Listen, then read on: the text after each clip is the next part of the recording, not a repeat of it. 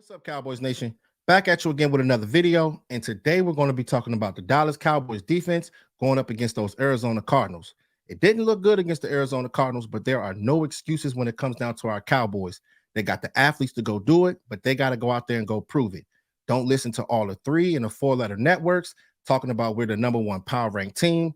It's still the beginning of the season, and there's so much more work to do. So we're here to break down the film. So let's get right down to it. In today's NFL, you got a lot of guys that love to run read option plays. You got Dobbs, Jalen Hurts, Daniel Jones. But on this play, you got the guard who's going to be going to the right side. You got the tackle who's going to be going to the right side as well. And it's crazy because what they try to do is they try to trick these defenders to get them out of position. As far as the running back is going to be going to the right side as well. But Dobbs is not going to give the running back the ball, and he's going to go to the left side. Micah is lined up inside the line, and he's going to shoot that gap and try to get straight to the running back.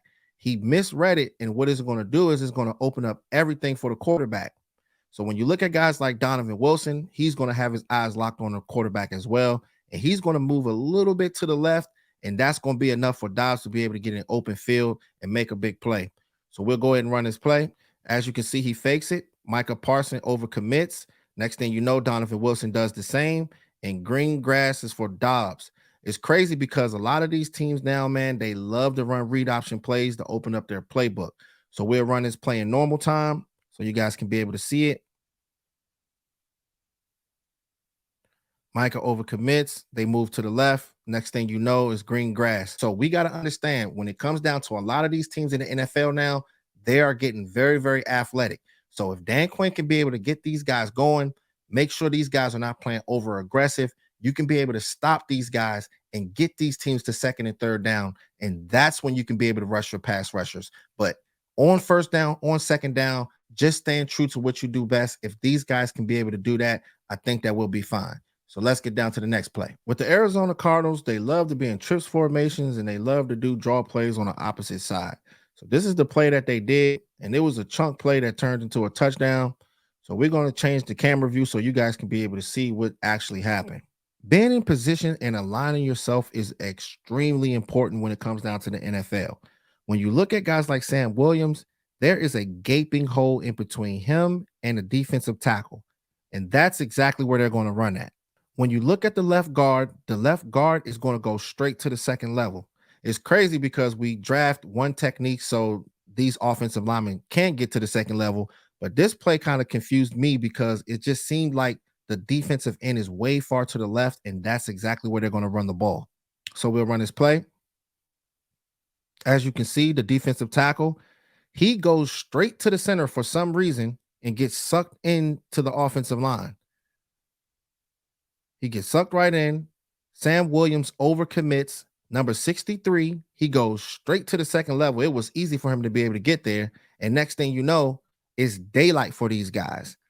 So you don't want to see situations like that. A lot of times where if you got a defensive end, if he's lining way to the left, or if you got a defensive tackle, he's going from the B gap to the A gap, he's going to get sucked in, and you do not want things like that to happen. With Dan Quinn's defense, he usually likes to line these guys up way to the left or way to the right. And I see what he's trying to do, but that usually works against the pass. See, the thing is, when you got a team that's running against you like that, and if the offensive line can get to the second level that quickly, that's when you can have a lot of problems. So pre-snap, just getting the line right, making sure everybody's on the same page, I think that will be fine, but we cannot give up chunk plays like this. But I did want to show y'all this kind of play because the way that we were lined up in the formation, it just didn't seem right, and it was just a bad play that was waiting to happen. So we'll get down to the next play. Dan Quinn loves to run a lot of single high safety throughout the game, bringing his strong safety down so he can go out there and make tackles. But if you take a look at guys like Jordan Lewis, if they were running a cover 3, he'll have his third of the field. Stephon Gilmore will have his third of the field, as well as guys like Malik Hooker having his third of the field as well.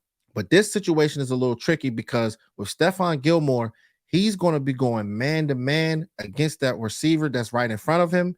And this guy is going to be running a post route. And then you're going to see the guy at the bottom of the screen, the wide receiver, running a post route as well.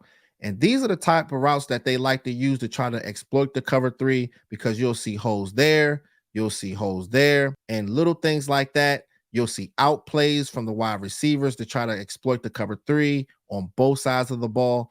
So they try to find little ways to try to trick us, but us running the cover three is a good thing because we like to stop the run and mix things up a little bit. So we'll run this play.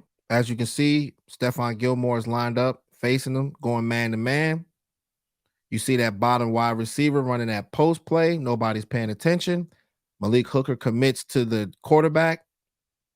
Next thing you know, that wide receiver passes Malik Hooker. He doesn't see it. It's too late, and he's wide open. So just seeing situations like that, you cannot have blown coverage. I'm not sure if Stephon Gilmore was supposed to go man to man against that guy. There shouldn't be a situation where that guy is wide open like that. It just seemed like busted coverage. But if Dan Quinn can just be able to just have all these guys throughout the whole secondary, if everybody know what each other is doing, sometimes if it comes down to a situation where you think you're supposed to be going man to man and these other guys are in coverage zones, I know that usually with cover six zones, you'll have one side of the cornerbacks that's running quarters. You'll have the other side of the cornerbacks. They might be doing cover two or cover three or something like that. But giving up plays like this cannot happen, especially when you're getting down to the important games. So let's get down to the next play. Jaron Kearse is one of my favorite players on the team. But one thing about him, you got to make sure that you put this guy in the right position. Playing this type of position at the free safety spot alone on an island by himself pretty much is kind of concerning to me because the thing is these offenses, they know that they got wide receivers that are quicker. So if you see these wide receivers, they're going to be running crosser routes. The guy at the bottom, he's going to run a post route. So they usually do this kind of stuff because if they think it's cover three, they try to confuse the safety and make them overthink. So we'll run this play. As you can see, they're motioning right now. Next thing you know, they're running those crosser routes. Jaron Kearse, he commits to the guy at the bottom, but he should have focused on the guy that's in front of him. He breaks out in a loop. I don't know. He's just so far away when it comes down to the wide receiver. Things like that. You want to have guys like Malik Hooker going out there. We're running this in real time so you guys can be able to see it. Jaron Kearse stepping up. Next thing you know, he flips his hips. He commits to the guy at the bottom who's running that post, but he's not paying attention to the crosser guy.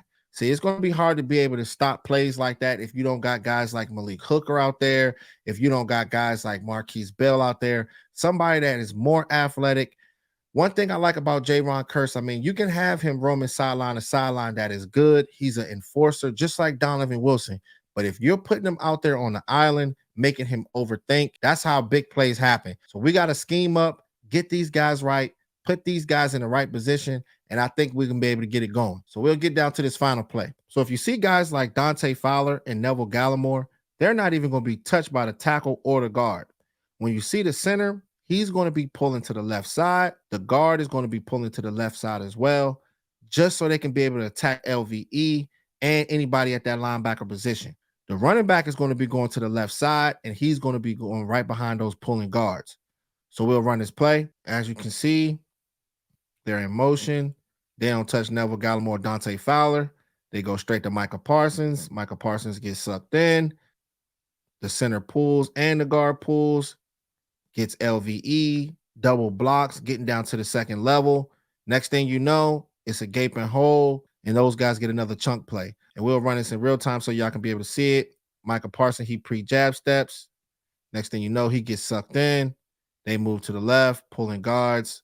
So little things like that, man. I mean, sometimes big plays happen, but you don't want this to be happening all throughout the game because sometimes it opens up these playbooks. The read option, if these defensive linemen, if they're far too out left or if they're far too out right, they got to be able to align right. Dan Quinn and his defense, I think that they can be able to get everybody on the same page. It's unfortunate that we don't have Trayvon Diggs anymore, but we got to understand that being on the same page, everybody knowing what everyone is doing is going to be critical, especially playing against teams like the New England Patriots. We all know that Ezekiel Elliott is coming back in town, and they like to run straight at you, but I think that we have the athletes to do it. But this is why you go pick up guys like Jonathan Hankins. This is why you go pick up guys like Mozzie Smith to go out there to be able to stop the run. We're going to be running more film sessions, so make sure y'all like, share, and subscribe, and hit that notification bell, because the way this algorithm works, if you don't hit it, you'll miss on the fire videos. So make sure y'all tap in with me for the next video. I'll talk to y'all soon. All right, y'all. Gone.